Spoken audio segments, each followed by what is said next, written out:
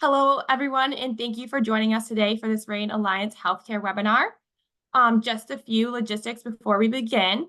We anticipate the presentation will last approximately 45 minutes, allowing 15 minutes for questions. Please kindly submit using the chat box on the control panel on the screen. Questions will be answered at the end of the presentation. Additionally, this call is being recorded and it will be made available on the RAIN website following the close of the presentation. On behalf of RAIN, I am pleased to introduce you, Paul. I'll hand it over to you now, Paul, and you can introduce the other folks. Good morning, everybody. Thank you for joining us. My name is Paul Elizondo. I work at IntelliGuard, where I'm responsible for RFID technology. I'm also the leader of the healthcare work group within the RAIN Alliance.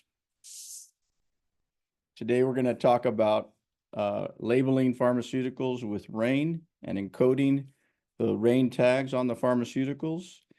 You will hear from 3 subject matter experts in the field today.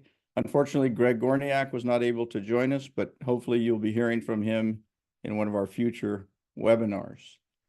Before you hear from our panel members, I'd like to talk a little bit about who we are and our technology, and so you understand where we're coming from and our goals and our goals for RAIN in healthcare. First of all, for those of you who are unfamiliar with RAIN, RAIN is an RFID technology, and it is a technology that we like to say automatically identifies, locates, authenticates, and allows you to engage with items across the supply chain. RAIN, last year, there were 44 billion items tagged with RAIN RFID tags, providing benefits to key players across the supply chain.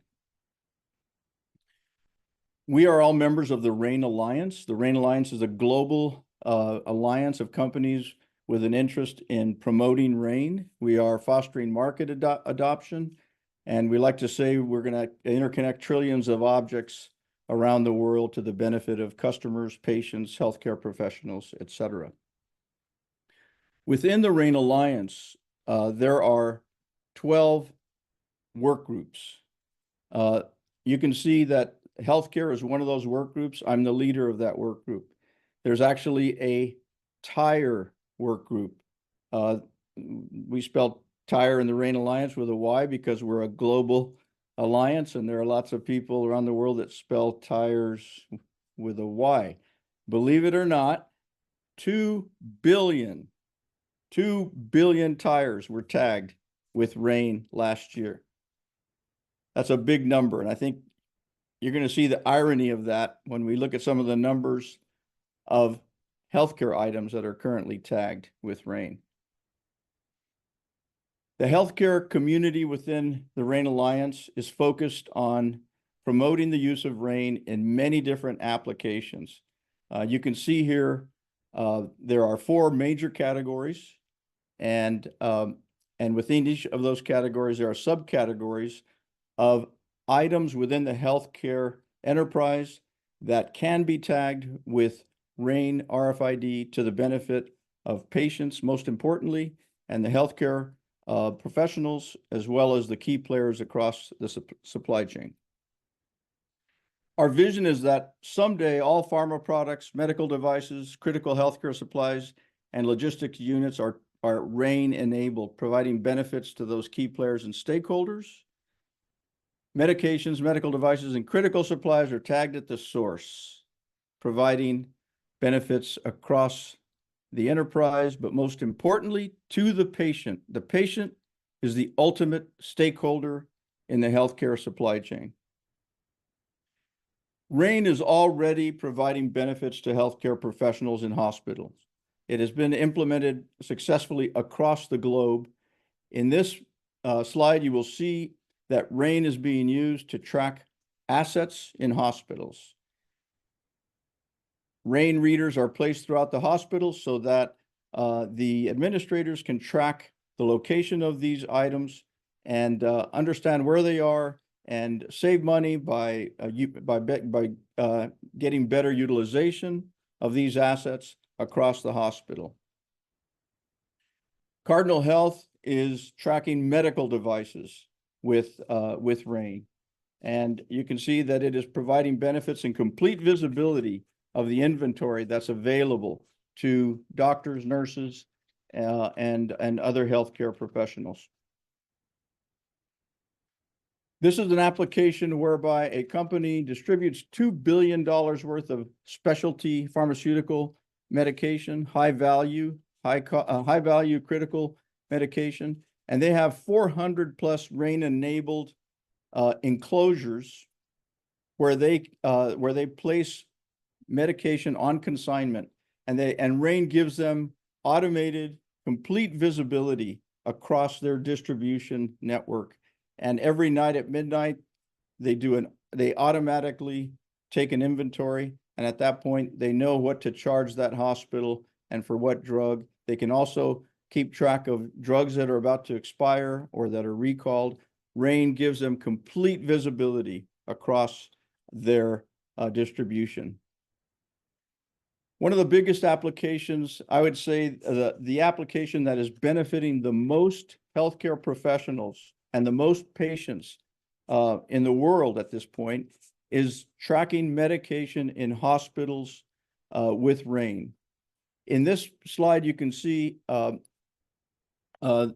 tags being attached to medication, and then the encoding on that tag being associated with the barcode, and from then on, the RAIN system being able to automatically track what is in a tray or what's in a cabinet and what's in a dispensing system.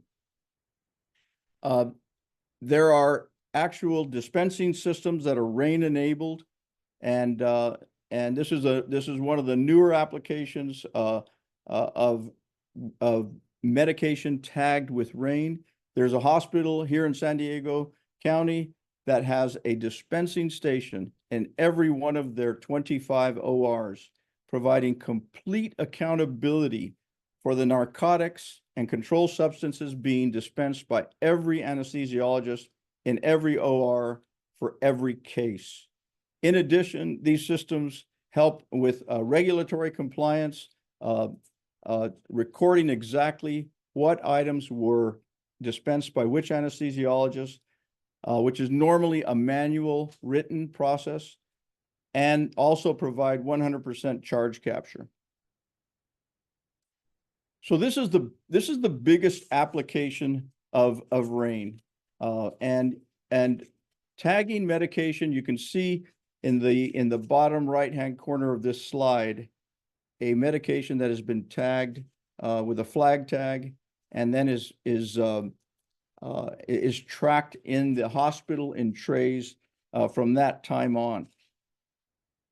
Pharmacists and pharmacy techs are actually applying this tag themselves, and they still see a benefit.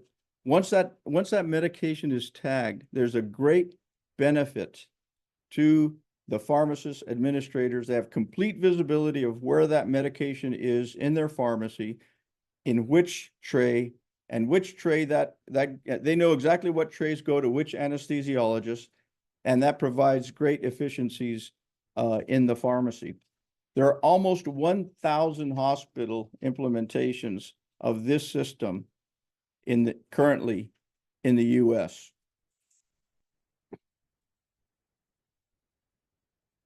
So how are these medications encoded?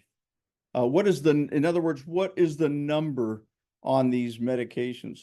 Well, most of these medications have proprietary encodings.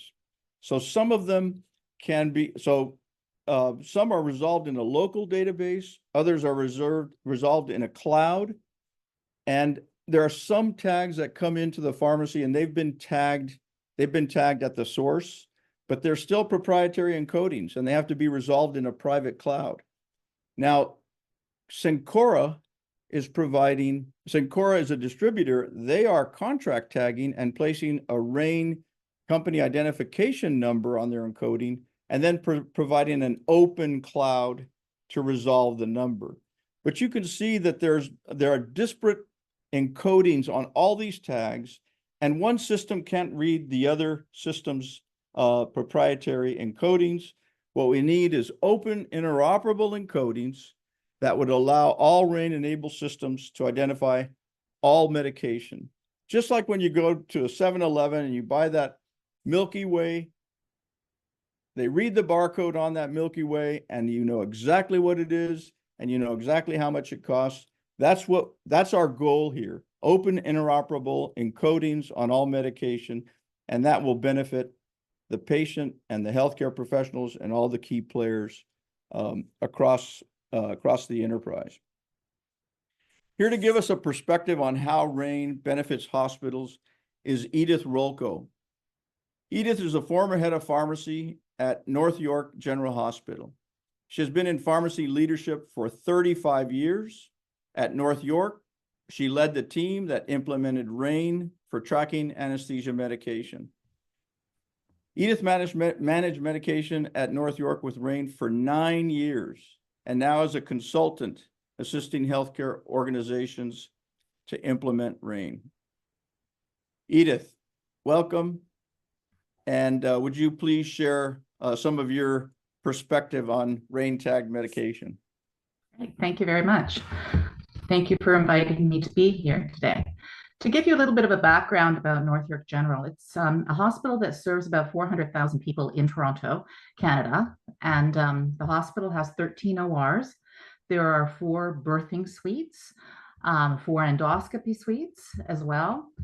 And we were the first hospital in Canada to implement the RFID technology in 2014. And basically, it's now considered a standard in almost all the operating rooms in the country. Implementation is ongoing. There are many provinces that are moving towards this, and this is the solution that they've decided upon across the entire province. Just to talk about the benefits on the next slide. The first benefit we noticed when we implemented the RFID technology was the financial benefits. Prior to implementing RFID, the technicians would manually log all of the medications that they dispensed to the operating room.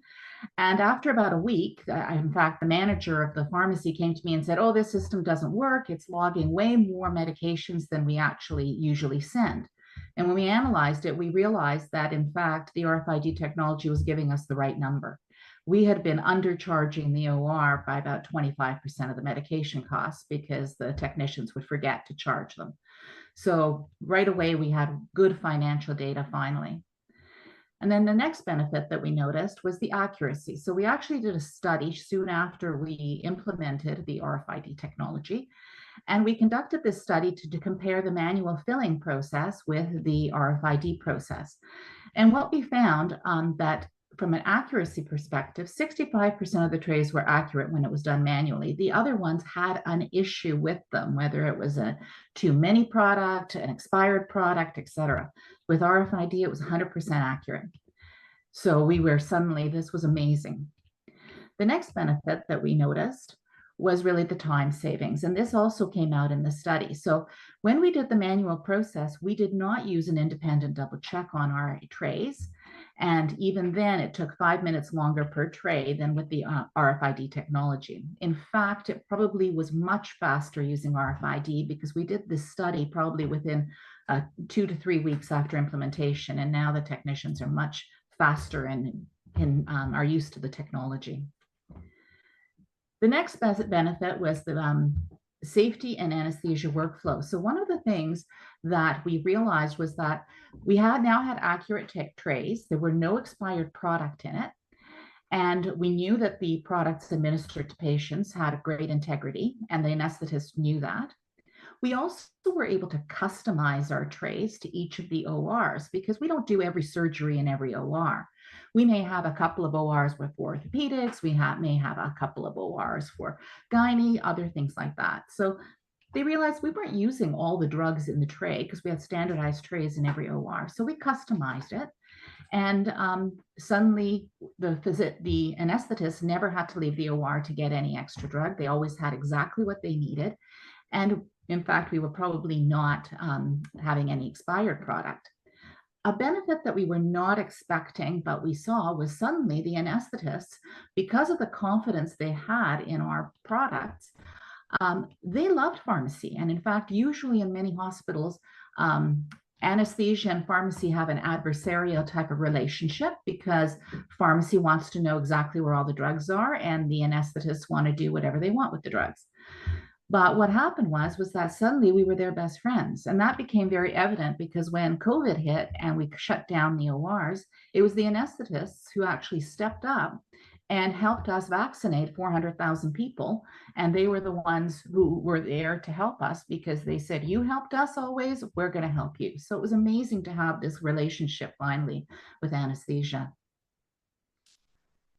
And then, of course, the next benefit would be wastage and back orders. So what we found was, although it takes extra time to tag all the drugs, because in Canada, we actually have nobody who supplies drugs with tags, so the technicians have to do it all.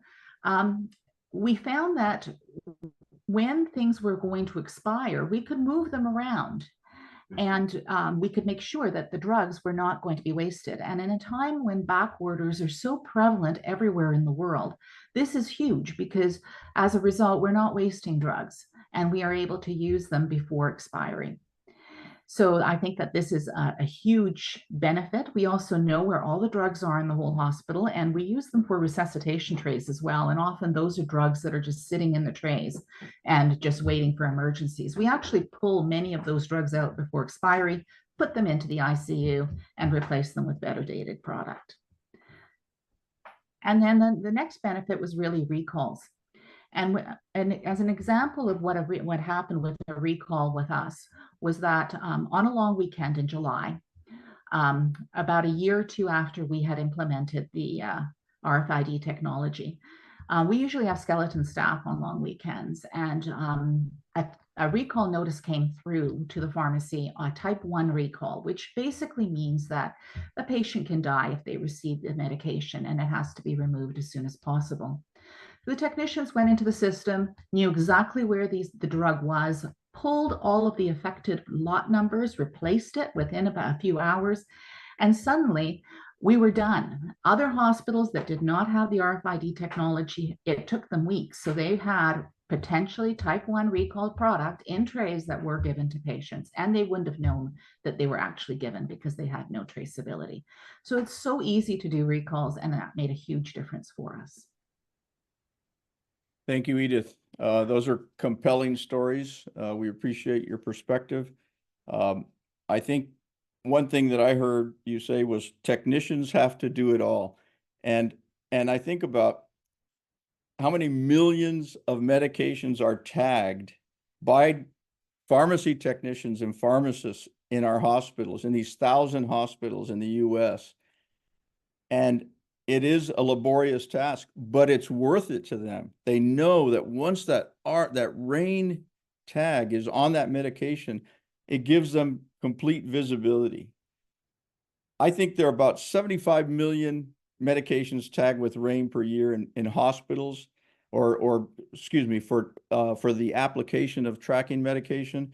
I think about 80% are tagged by the hospital pharmacy, 15% are tagged midstream, and about 5% are currently tagged at the source.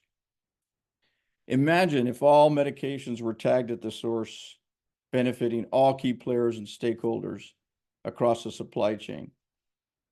That leads us to what is probably the ultimate application of RAIN in healthcare, at least in my opinion, and that is tracking a medication from the source of manufacture to the manufacturer, to the distributor, pardon me, to the healthcare provider.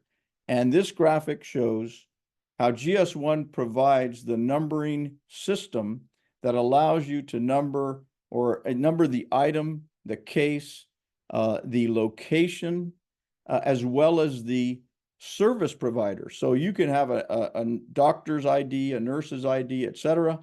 It also shows how the FDA, the Greek-looking building on the left there, could have visibility into the items moving through the supply chain.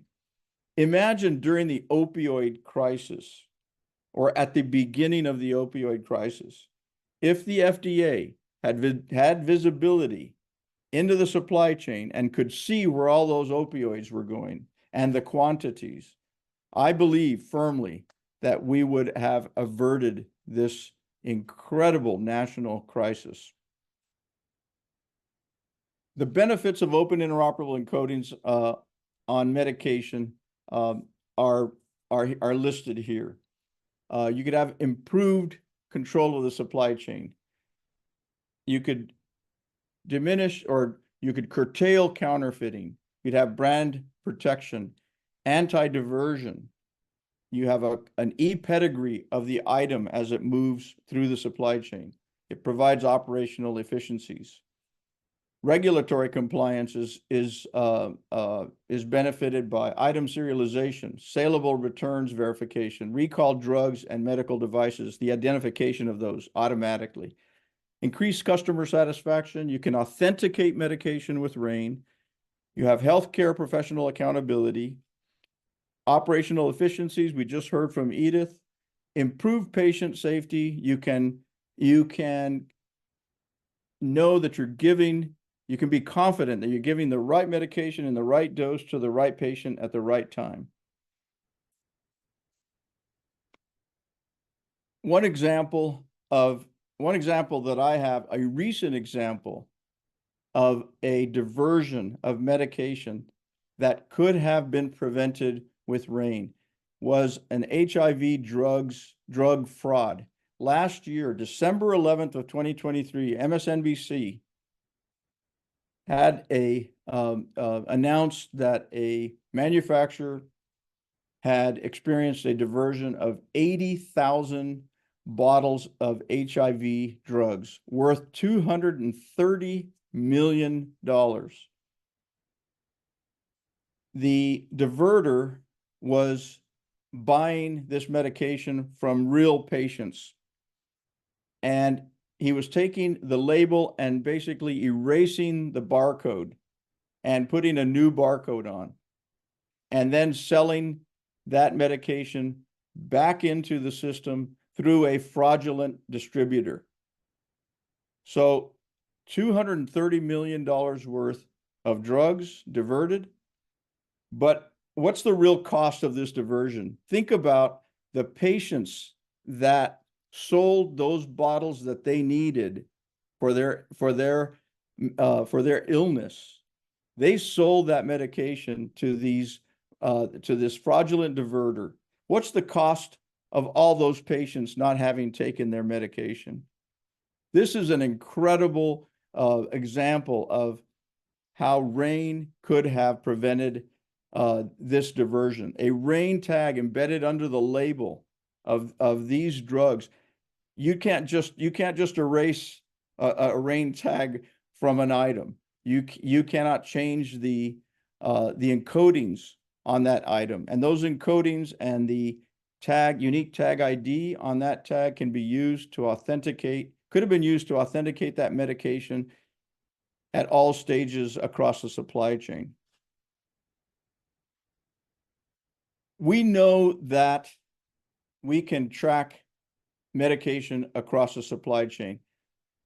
The retail industry last year utilized 44 billion tags to track garments and other items, tennis shoes, across the supply chain. 42 billion, I would estimate, were tagged at the source. They are automatically tracking these items from the source to the customer. In contrast, healthcare maybe used 400 million tags, 5 million tagged at the source. And we are currently tracking these life-saving drugs that treat our family and patients in hospitals with barcodes. We are manually tracking these medications with barcodes. It's $1 trillion market. And the retail industry is doing this automatically. There are stores in Europe where robots wake up at midnight and travel around a retail store and do a complete inventory of that store. Hundreds of stores in Europe have already implemented this system. So what are some of the major things we need to transform the medication supply chain? Number one, we need to provide an open, interoperable data scheme for the pharma industry. We need to standardize the encoded data so medication is identified the same way the Snickers bar is at the 7-Eleven. And we need to generate tagged item performance grades to ensure that the system works. Next up, to talk about GS1 data standards is Andrew Meyer. Andrew Meyer is the Global Standards Director for GS1 US. And Andrew, welcome. Thank you for joining us. Thank you. Those of you who have attended a GS1 US function, be it a meeting or whatever, most of you on this call have seen that before. I'm going to do a quick antitrust, which is essentially, we are a not-for-profit, and we ask, any questions that come across directed to me to refrain from discussing prices, margins, discounts, or any of that, or competitively sensitive topics. I do have, go ahead, thank you. I do have one other thing. We are talking about healthcare today, and these ideas are presented at a super high level. So don't act on them without investing the time and energy into understanding how they work. If you do act on only the amount of data I've given you on the screen, just don't do that. The last thing that I'll say is that I am going to mention the DSCSA and some FDA regulations. I don't represent the FDA, and the FDA hasn't listened to anything that I'm getting ready to say. All right. This is a slide that depicts kind of how RAIN RFID moves through the supply chain today. And it's complex, the way that it works in the existing markets. Paul had touched on the fact earlier that solution providers across the space use unique encoding schemes in order to supply functionality to their downstream trading partners. So that first left data repository is essentially manufacturers that tag for solution providers and then store the data in their local database so that when the hospitals are utilizing those tags and they scan the serial number on the tag, it takes them back to that repository so they can understand what product they're working with and treat it the way that they need to treat it. The second category next to the right is manufacturers that tag specifically for hospitals. So they've worked with their end users, they understand what their end users need to see on the tags, and so they're encoding data specifically for the hospital clinical setting. And I have the wholesaler there just to show that the wholesalers don't use RFID in those circumstances because they are somewhat blissfully unaware that it even exists. The next grouping, Paul, go back one. Sorry. The next grouping is when wholesalers do tagging programs. Paul had mentioned Cencora earlier, and also Cardinal. And essentially, the manufacturer sends untagged product to the wholesale distributor. The wholesale distributor has a tagging program, and then they do midstream tagging to supply those hospitals with functionality and the tags that they need to do what they're doing. Next is just a wholesale distributor with a manufacturer who doesn't tag. Again, or a wholesale distributor with a manufacturer that doesn't tag. And again, just showing you that wholesale distributors today are not using RFID. And then the last column is all of the flag tagging that goes on in the hospitals to ensure that hospital formularies can meet the criteria and the functionality that's needed within the four walls of the hospital. All of this is great, and it does help move the needle on patient safety around things like expiration date, recalls, and other pieces. But in ways, this model actually slows down the adoption rather than moving the adoption forward. When manufacturers have to choose one of the unique tag and coding schemes in order to be able to meet a certain cross section of their customers, it'll either push them to decide which is the lesser of two evils, not that either is evil, but just they have to make a decision on who they want to reach and how they want to reach them. And so it can deter manufacturers from going down the path of actually encoding. To allow a manufacturer to encode one way using GS1 standards, it would allow them to have a single process for encoding and actually feed the entire supply chain and ensure that everyone throughout the supply chain can use their tags in the way that their tags are intended to be used. Next slide, Paul. So if you don't know who GS1 US is, we're actually the local MO or the regional MO for the United States. GS1 is a federated model, and global office makes sure that the standards remain standardized across the globe so that any country has the ability to work within the standard and be able to apply the standards to the different supply chain use cases. And then the MOs, like myself and GS1 US, we help business scenarios within those regional areas meet the challenges to smooth out the supply chain and remove friction by applying our standards to them. And that gives us a little bit of latitude to work with the end users, and as we've done with the DSCSA. In the DSCSA, we have several different areas that we've worked with the supply chain in order to help meet the requirements of the law. Probably the most poignant bullet from this slide is that more than 10 billion GS1 barcodes are scanned daily across the globe. And out of that, 300,000 businesses in the US are actually served by our standards.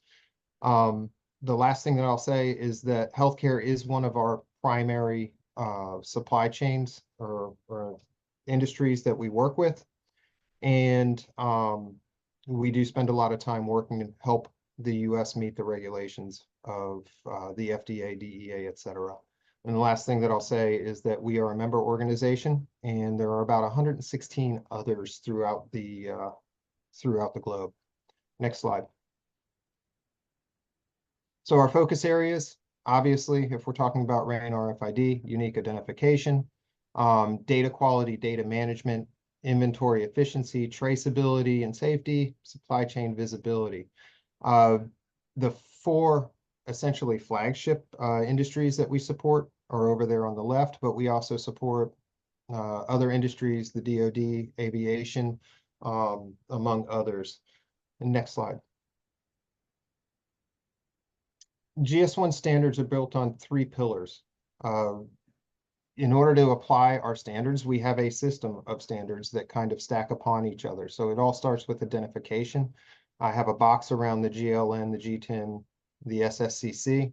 For healthcare, those are the primary drivers that are used today to push EPCIS from the manufacturer all the way down to the back door of the hospital. And it allows you to start being able to pick individual events that occur throughout your supply chain and store those events. The GS1 data carriers in the second row. Currently, we have 2 that are primary inside of the healthcare supply chain. The first is the EAN UPC, which is required by regulation. And the second is the GS1 data matrix, also required at certain packaging levels in the pharma supply chain as well. Well, I don't think it's required in the UDI marketplace, but it is heavily utilized for med device. I don't have UHF RFID or RAIN RFID as we're talking about today in a box. But the reason I don't have that in there is that currently that's a very focused use case area in the supply chain. It is all at the end of the supply chain. And then lastly, in the bottom row, we have physical event data or EPC data, and the electronic product code information services or EPCIS, which I mentioned earlier, is a way to track those object events and share those with your trading partners to ensure that everyone understands what the status of a given product, where it is, and how it's being treated throughout the supply chain. Next slide, please. Okay. The barcode in the US healthcare supply chain is a regulated data carrier. And so it's a primary data carrier, but view data carriers as that bridge between the digital twin of an item and the actual data and the product itself. And so that 2D barcode, this doesn't work with a linear barcode, which is why I'm showing the GS1 data matrix. It's because the 2D barcode is that gateway into those back-end data repositories, or in the scenario of RFID, you can look at a barcode and essentially, as long as it's 2D, have some semblance of what would be HRI into some of the data that's included in that bar or in that tag.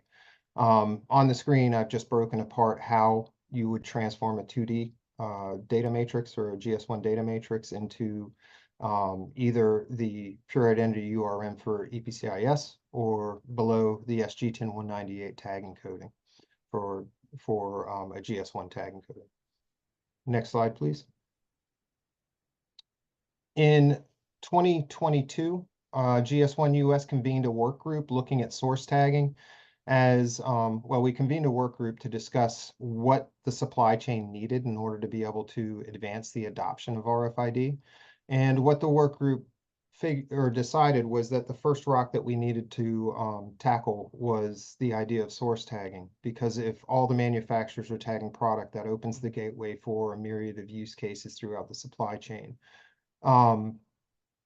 The eventual implementation guideline was released on March 31st of 2023, but it outlines manufacturer source tagging by defining which packaging levels are candidates for source tagging.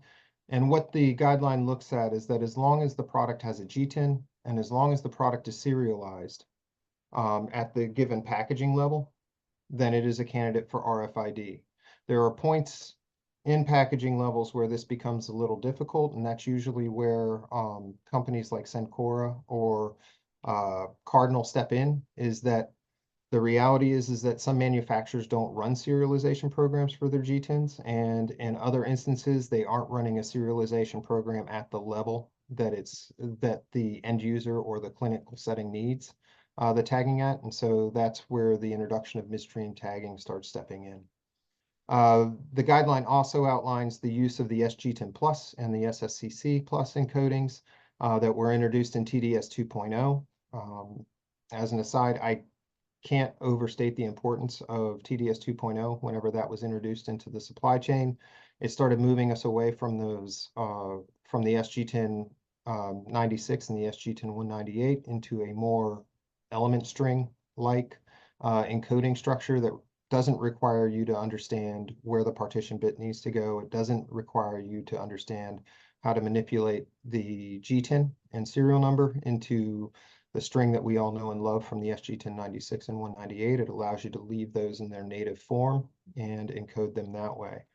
The last thing that I'll say about that is that it's also important to understand that if you are utilizing an SG10 96 or 198 encoding today, there's no need to move away from it. Those are still valid encodings. There are just more efficient encodings available now that allow you to encode more data. And instead of using the user memory section, it allows you to use the EPC memory to encode additional attribute information. And I'll give you an example of those, I believe, on this slide. And so the guideline that we were looking at allows you to, or discusses how you would encode the SGTIN or the serial number, or the GTIN plus the serial number, as you see on the top. And then in the bottom, you'll see where you also have the expiration date and batch lot encoded. And all of that lives inside the EPC and a TDS 2.0 encoding, which allows you to read all that information in a single query, as opposed to having to read the tag twice in order to pull the information out of the user memory, which increases the efficiency on that side. The other thing that I'll say is that it also allows you to start passing and holding data that's near and dear to the clinician's heart. Most of the use cases that we were discussing earlier were around expiration and recall. At least a handful of those were. And so having this information out on the edge of your system allows your workers not to have to pull a back-end system every time they scan a tag.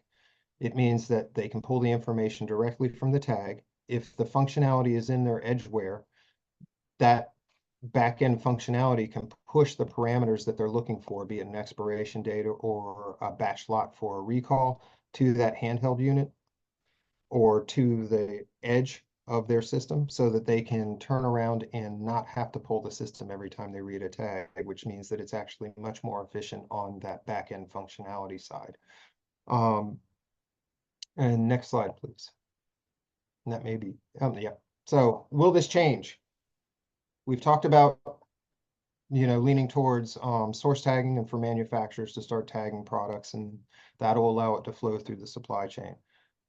I don't know that the healthcare supply chain becomes any less complex if manufacturers all start source tagging. You will still have solution providers, and we need solution providers.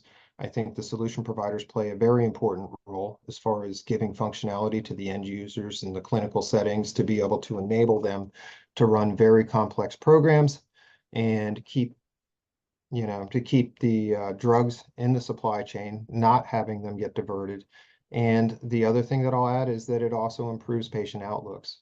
If there's one thing that we all have in common, is that we are all patients, regardless of who we are in the world. We will all be a patient at some point in our life. So the solution providers help provide that environment where we are kept safer whenever we're in the hospital. And I think that's a very important and very noble goal to have.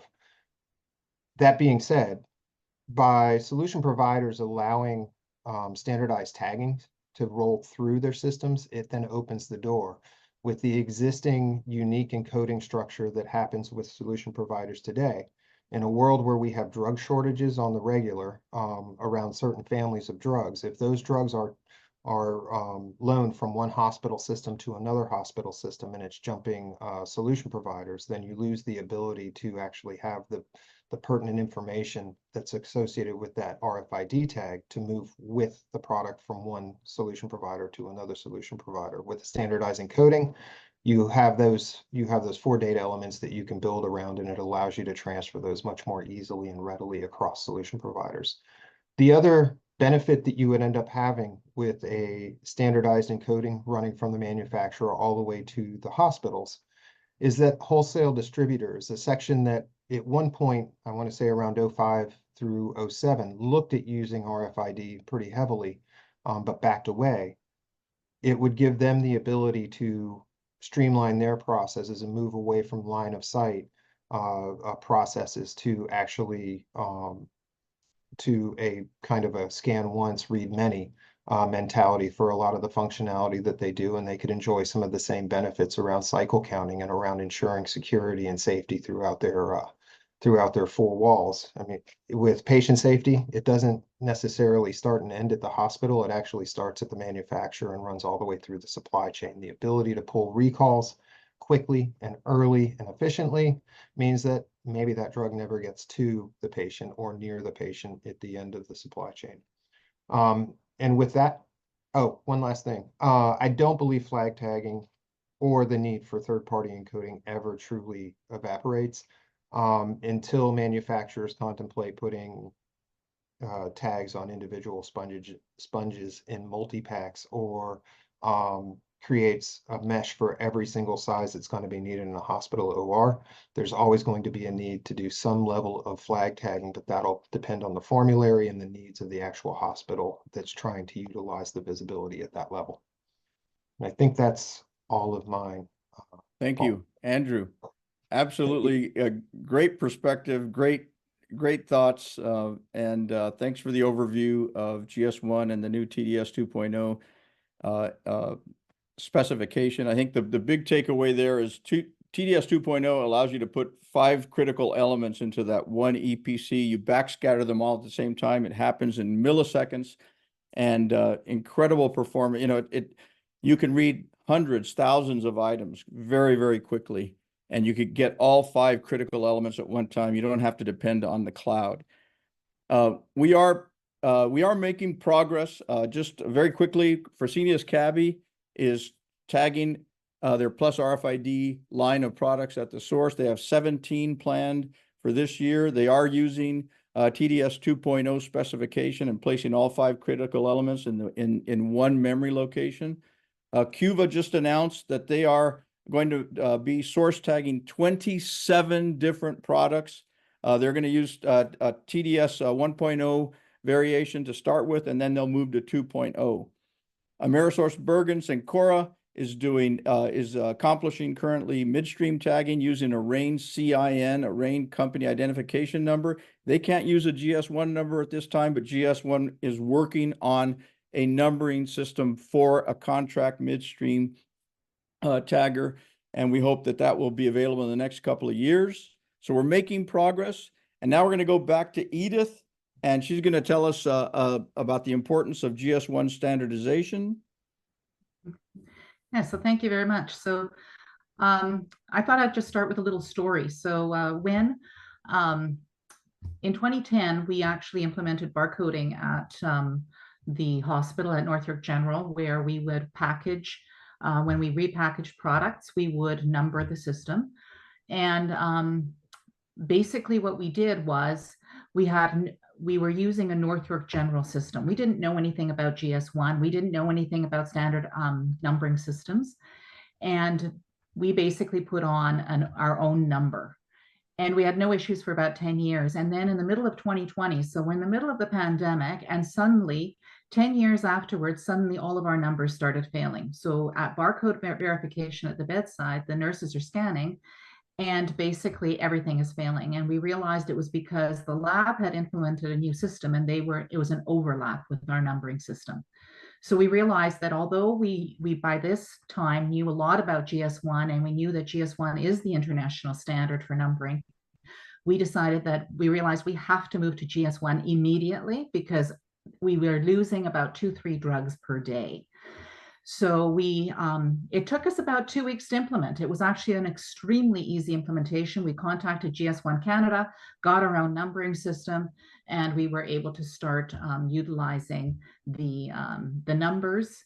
We got our own GTIN, and we were putting on the variable data onto all of our packages. So that meant the lot number, expiry date, all of that. And the next slide. It became evident that with the Ontario College of Pharmacists, who provide the license for every pharmacy in Ontario, and the colleges do provide licenses across Canada, they are expecting everybody to use a GS1 numbering system in all of their products, because what should happen is that you should be able to scan any product you might find on the street or anywhere, and you need to be able to identify who packaged that, who's the pharmacy, what's the vendor, the expiry date, lot number, serial number. You need to basically ensure that we have full traceability for patients at the bedside, and really using one standard numbering system like GS1, which is international, it's around the world, and everybody, you should be able to pick up any product and be able to trace it back. Thank you so much, Edith. Thank you very much for that. And now I'd like to introduce Mike Isabel from eAgile CCL. I've been in this industry for 25 years, and I can say without reservation, Mike is one of the top 5 RFID manufacturing and tag design engineers on this planet. And Mike, we've talked a little bit about putting all these elements into the EPC memory, which requires a little longer memory there. And there are some entities saying that tag is more expensive. You might have errors in coding it. It's lower performing, etc. Tell us a little bit about the technical aspects of these larger numbers and some of these new encodings that GS1 is making available to us. Perfect. Thank you, Paul. Yeah, so just to kind of reiterate the dichotomy or the contrast between apparel and healthcare, 40 billion items being tagged each year in the apparel and general merchandise market. And Paul, I think you had a number of about 75 million, maybe 100 million in the healthcare space. And so why is that? Why is there such a gap there between putting tags on clothing items or items on the shelf so that they can be in inventory in real time, but we don't give that technology to our nurses, our doctors, to have the right medications at the right time. And just to iterate kind of the dichotomy again, the American Journal of Health System Pharmacy in 2023 published a study over multiple different healthcare systems. They found that there was less than 1% of medication inventory digital visibility. And what they meant by that was if you had a GTIN, a serial number, a lot number, and an expiry date associated to that medication in a digital format, that's what they would consider to have digital visibility. And less than 1% of all medications that they audited had that visibility. So it's a huge problem when you look at why aren't we enabling this technology in the healthcare space when it matters for people's lives and patient care. So the next slide, we kind of did a study with some customers, with some drug manufacturers, with other solution providers about why there was this gap. Why was healthcare kind of holding back? And we found two main kind of findings. One was there was these what we'll call outdated myths about RFID and why it wouldn't work for healthcare. And Paul, you mentioned, is it less reliable? Is it too costly? Is it not fast enough to transmit the data? We heard those topics several times come up. And the other thing we noticed was there's been a lot of recent advancements in RAIN RFID technology that are not going noticed. People weren't aware of some of the technological leaps that have taken place recently. And like all electronics, RFID being no different, as time goes on, year after year, it gets more efficient, it gets less expensive, it gets more robust as the technology expands. And so speaking of that, there's two areas to look at. One is the RAIN tag chips. So every label has a chip inside of it with RFID. And the technology behind that has really, really come a long way, especially within the past 5-6 years. We're seeing more sensitive chips, so higher sensitivities, meaning longer read ranges, meaning that you're able to pick up more items in a tray or kit type of application much faster and much more distance. Chips are also implementing what they're calling automatic adjustment to the environment, and that is within the chipset, enabling smaller tags, increasing readability, and letting the chip kind of automatically tune itself in these difficult reader environments. When you have a lot of tags all together on a tray, for example, the chips are doing a lot of work to be seen by the reader system. And I mentioned with all technology, all electronics, they keep getting smaller, more efficient, less power required to turn them on. And that allows us also to get smaller chips with more memory, just as you're able to shrink down those form factors. And that's just on the tag side. We are also looking at the reader side. So the reader devices that are actually querying the space to find chips and find tags. Those are also improving the same way, getting more reliable and more efficient reader modules. And so really when you're talking about what should be on a product, I think the consensus has come to be, we want a GTIN, that's the global trade item identifier. You want a serial number that makes that item unique within the system. But you also would like to have the lot and batch data and the expiry date. So putting that on the label is huge. And that's where, as Andrew brought up, TDS 2.0, that has made that much more efficient to be stored all in the EPC memory bank. That makes it a very quick response from the tag to get all of that data that you want from the drug back to the reader in a very short amount of time. You're not having to ping multiple locations of a chip. You're not having to go do a lookup to an external database. If you can get those pieces of information on the drug product, you're going to have a really, really efficient and reliable system once you do that. Just to give you some kind of background on the amount of bits needed.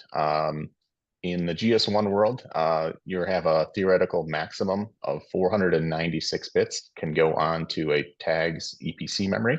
And it's a lot of data. Typically, most applications won't ever use that large amount of data, but it's available if needed. The TDS 1.0 standard, you had two of those flavors for SGTIN. That was the SGTIN 96 and the SGTIN 198. So with SGTIN 96, you could get the tags or the items GTIN. You could also do a 12-digit serial number. With the SGTIN 188, you could get up to a 20-digit serial number. But that would only give you two of those four pieces of information. What's the item and what's its serial number? When you get into TDS 2.0, you're able to, as we mentioned, get the GTIN, get a serial number, also get the lot number, also get the expiry date. And when you look at some of these most common encoding formats, you're going to use about 192 bits to get all 4 pieces of information. So when you compare that to an SG-TIN 198, which only gave you a GTIN and a serial number, using it 208 bits to get that, you can actually get more data, more information about the product in a fewer number of bits in this encoding format. So there's a very smart way to do this. Thank you, Paul. And reliability about a tag or a product also means trusting the data that's on that product. So we talked about source tag manufacturing. If you can get the product information directly from the drug manufacturer, that's going to be your most reliable source of that data, so that people can trust that when you read a tag and it tells you that it's a certain drug of a certain expiry date, certain batch, you can trust that information because it came from the manufacturer. And that's huge because if you're relying on a lookup database or relying on a midstream tagging, there needs to be a lot of protocols and quality assurance in place to make sure that nobody mislabeled a drug halfway in the supply chain. So trusting it from the manufacturer, source tagging, we've seen is a very robust model. When it comes to chip reliability, we talked about things are getting smaller and smaller and smaller. This actually is an impinge graphic. They're kind of showing the evolution of their 4th generation chip to their 6th generation chip to their 8th generation chip. How much they're shrinking the size of that chip, becoming more efficient, adding more data storage to those chips, and which reduces the cost as well. And the reliability factor is, once you write data to that chip and it's part of that product, these chips are rated to retain that data for at least 20 years. So having that lot batch expiry for at least 20 years on an item, obviously that's going to outlast the item itself, but it just speaks to how reliable this technology has become. And really when you talk about needing more data, you need more data to add the lot, to add the expiry. There's kind of a myth that seemed to persist about, well, that must be very expensive. And in reality, it's really not. It's a fraction of an increase there. So the reason why it's becoming more prevalent in the market is people are seeing the benefits of having this data on a chip, which drives the demand for tags to have more EPC memory, which drives then the manufacturers of those chips to increase efficiency, increase their capacity, and reduce the cost over time to make more of these chips available. Another cost factor you need to consider is where do you get the data? When you need to read a tag and understand its essential data, like the lot expiry GTIN, where does that come from? It's either going to be on the chip, which we just talked about, or it's got to come from somewhere else, like a cloud or third-party service. So there is not a well-defined cost model for that. Sometimes people say, oh, it's free, but it's baked in somewhere else. Or there is literally a click charge to go get that data. Every time you want to read a tag, you might have to do a click charge fee to get access to that. So that's another cost comparison that has to occur, whether it's spending a little bit more on a chip or a reoccurring charge to access that data that you need. And the last topic about what we were hearing was kind of a myth was, well, this is too slow. If you put too much data on a chip, it's going to take a long time. You need to read that back in the cabinet system. And, that's going to slow me way down.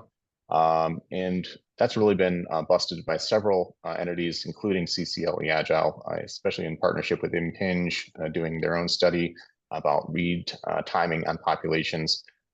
So they did a couple examples. For example, a 64 tag population with an 120-bit EPC lengths. You could read all those tags within 400 to 500 milliseconds under certain reader modes. And if you double that data to 256 bits, you didn't double the time. It actually only took about 100 to 200 milliseconds longer. So a fraction of a second to read all that data from the chip versus a simple license plate model, comparing it to all the data on the chip was not a speed concern. And it depends on how many readers you have in the system, the environment of the reader inventory modes, but really there's been a low impact with adding this data to the chip. And solution providers like CCL and Agile who've proven that the RAIN RFID element does not limit the traditional manufacturing speeds. That was another thing that we've heard over and over and over. When you're manufacturing, especially in pharmaceuticals, you cannot slow the line down. RFID cannot be the bottleneck when it comes to filling, labeling, packaging. So we've delivered solutions to our customers. We've proven it in our experience center at our lab.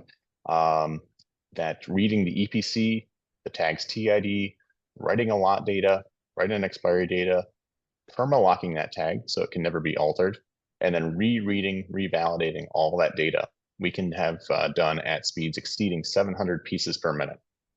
And it's a heavy lift. So a lot of time and energy went into that system to get that type of speed, but it shows that it can be done in a real world high speed environment like a pharmaceutical packaging line. It's possible that RFID is not going to be your bottleneck when it comes to tagging at the source.